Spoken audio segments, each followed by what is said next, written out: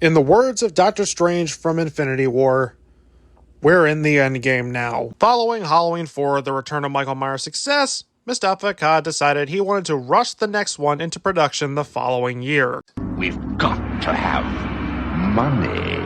Fans of this franchise always point out that Halloween 5, The Revenge of Michael Myers, is the one responsible for sending the franchise downhill. And I couldn't agree more. And that's such a shame, because Halloween 4, my favorite sequel in the franchise, was followed up by this rushed, convoluted, boring, uninspired, and uncreative sequel. But here we are. Alright, I'm getting ahead of myself here. What is Halloween 5, The Revenge of Michael Myers about? Halloween 5 takes place 1 year after the events of Halloween 4. Michael is back once again, as he kills a bunch of annoying teenagers and tries to kill Jamie once again. Jamie is also locked up in a mental hospital after the ending of Halloween 4 and is a mute and has psychic powers for some reason. Oh, and there's also some random guy dressed in black and Michael has a tattoo of a thorn on his wrist for some reason. And that's really it.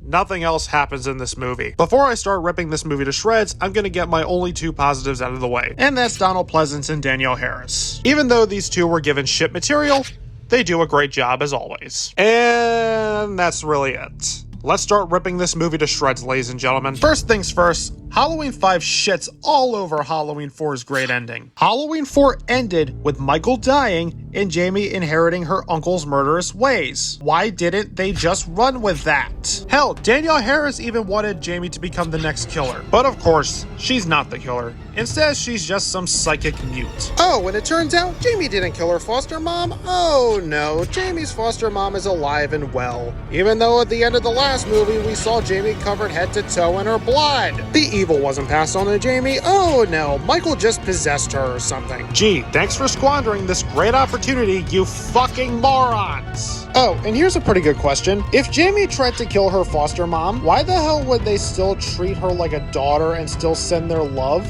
Why would Rachel still treat her like a sister? She tried to kill your mom! I don't care if she's a kid, I don't care if she was possessed, that's still some pretty fucked up shit if you ask me. Oh, and Michael survived all those gunshots after he fell down the mine shaft. Oh, and apparently after Michael was shot down the mine shaft, they throw a stick of dynamite down there. Why didn't you show us this before?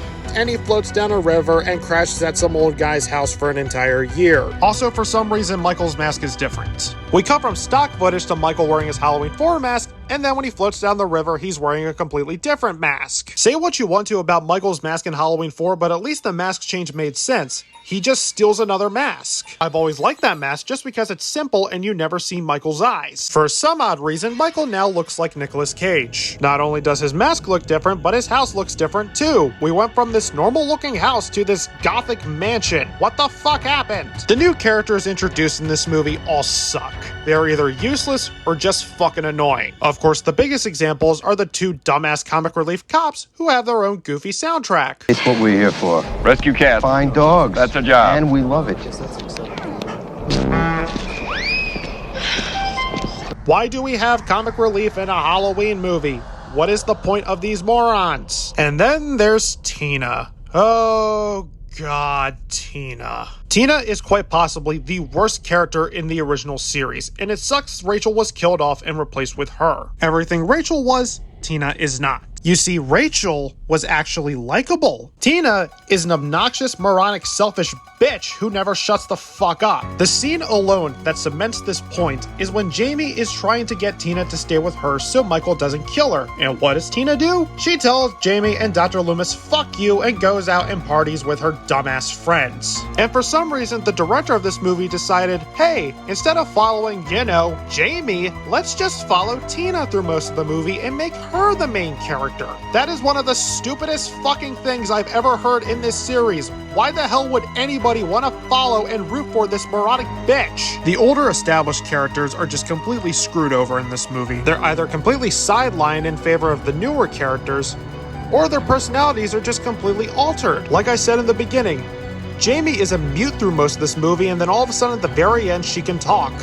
And for some reason, she now has psychic powers and can now predict who's gonna die next. And don't even get me started on what they did to Dr. Loomis. Loomis went from a likable, brave man who would sacrifice himself if it meant stopping Michael's rampage to a lunatic who terrorizes Jamie and even uses her as bait. The scenes where he's screaming at her and even at one point getting in her face It just makes me so uncomfortable.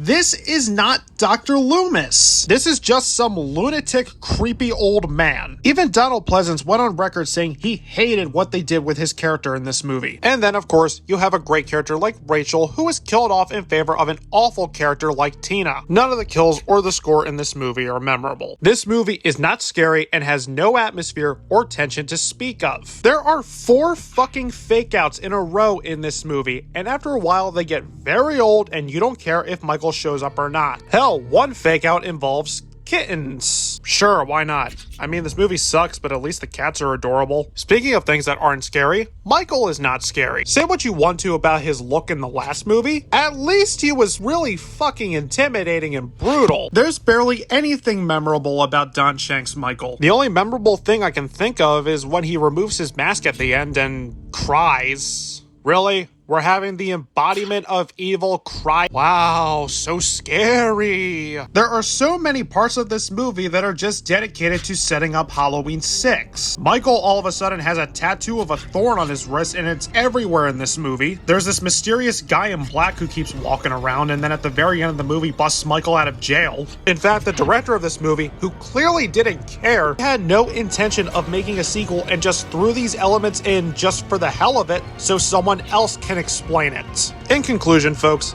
Halloween 5, The Revenge of Michael Myers sucks. It's uninspired, uncreative, unscary, obnoxious, boring, and it's clear that the people behind this movie clearly did not care. Instead of being a worthy successor to the excellent and underrated Halloween 4, it instead went a different path and sent the franchise into darkness that would take a long time to recover from, and spent more time setting up the next awful installment than actually being a movie. While I absolutely recommend you check out 1 through 4, this one you can definitely skip. Final rating, 1 out of 5.